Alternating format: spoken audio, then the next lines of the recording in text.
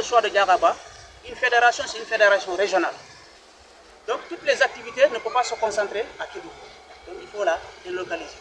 Cette année, on a choisi, c'est notre première édition, de faire le reboisement à Diaraba. Vu que maintenant, vous voyez qu'avec le réchauffement climatique, il faut penser dans les villages. Parce que souvent, c'est les plus impactés aussi. Si je dis les plus impactés, parce que par là, on coupe les arbres pour les sites d'orpaillage. Donc c'est pour ça que nous avons pensé à Diaraba pour le reboisement.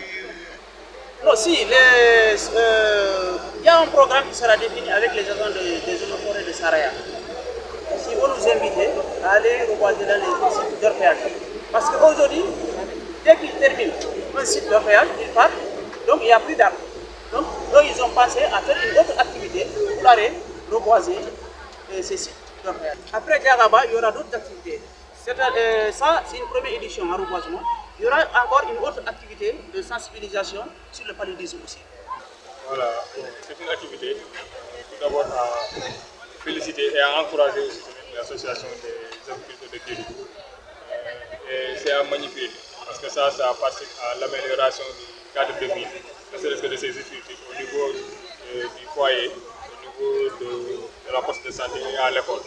Ça participe aussi à l'amélioration, on peut dire, de l'environnement, vu aussi la canicule qui se trouve ici dans la région, surtout au niveau du village de Diaraba. Il est important de faire ces activités de reboisement et on les félicite vraiment. On a amené 100 plants, dont 60 manguiers, 10 anacardiers et 30 ombragés, répartis en 3 espèces. Il y a le terminalia, il y a le fructiferum, aussi il y a le terminalia mandaris, le fructiferum et le mélina. Comme ce que j'ai dit tantôt, c'est une action à magnifier et à encourager.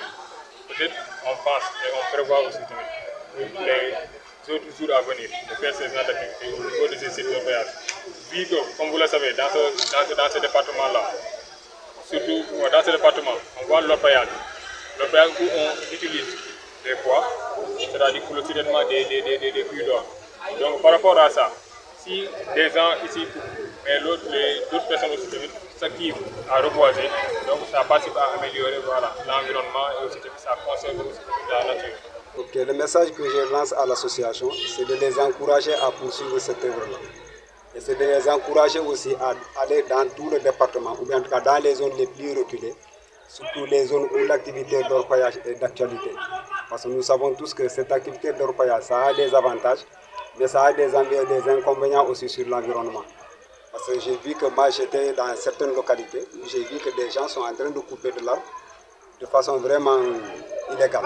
Donc si aujourd'hui cette association peut aller au-delà même du département, au-delà même de la région de Kédougou, aller dans tous les départements et aller au moins dans chaque commune, tenir ces activités de reboisement et ces activités de sensibilisation, je pense que ça peut être un plus pour la population. Merci vraiment. D'accord.